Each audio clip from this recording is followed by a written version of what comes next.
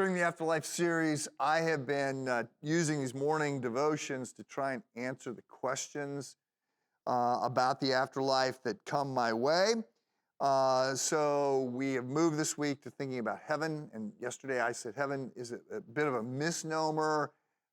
We use it to refer to sort of everything that believer, all destinations for God's children after death.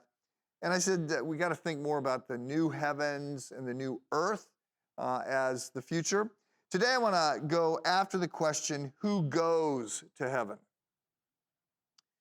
So in some ways, the Bible is very clear about this, right? I mean, Paul says, if you call on the name of the Lord Jesus Christ, you will be saved. And Jesus says, I am the way and the truth and the life. No one comes to the Father but through me. And there's there's a narrow path that leads to God and salvation. And we don't save ourselves. Nobody can be good enough. All have sinned and fall short of the glory of God. And we are saved. We're justified on the basis of the work of Christ. Christ's death in our place, a substitutionary, atoning death. We're saved by grace through faith, not of ourselves. It's a gift of God, not as a result of our works. So I want to say all that is very clear. We then get lots of questions. For instance, one of the questions is, what happens? What happens to my baby who has died?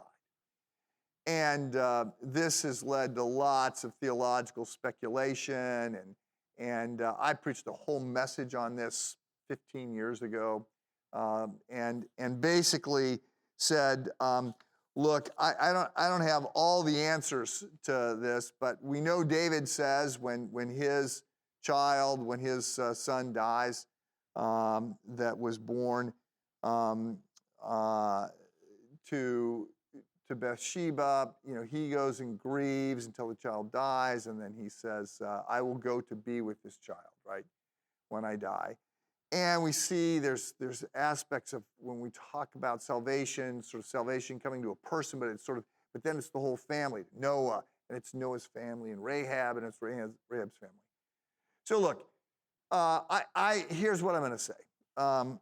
When people come to me, as they have for 35 or 40 years, and said, look, what about people that don't hear about Jesus? And you can't say that God would be this narrow-minded. And I go, look, I believe in a God of love and a God of compassion. And some of this might be bigger than I can comprehend, than we can comprehend. And we might not have all the answers. But here's what I know. That's not your situation. Right? So you have heard about Jesus, and I want to call on you to put your faith in Jesus. And I'm willing to trust God and God's goodness and love. But I also know that what God says, and he is calling on us to call on Jesus. And then I ended yesterday with the answer that Billy Graham gave. So now I'm going to end with an answer that Rick Warren gave. He was on Larry King show, and Larry King had said, okay, so what about the Jews, Rick? What about the Jews? Are you going to tell me that the Jews that don't call on Jesus don't go to heaven? And I sort of sat up and I thought, okay, Rick, how are you going to answer this question? And I thought, Warren did a brilliant job. He said, well, look, everybody believes something. And we all have our exclusive beliefs. We all have our beliefs, and we think our beliefs are right. And you have your belief, and you obviously think that I'm wrong, and I have my belief, and I think that you're wrong. He goes, what I know is I'm all in on Jesus. I'm all in on Jesus. And I'm doing everything I can to get everybody I know to put their faith in Jesus. So that's what I would say. Who goes to heaven?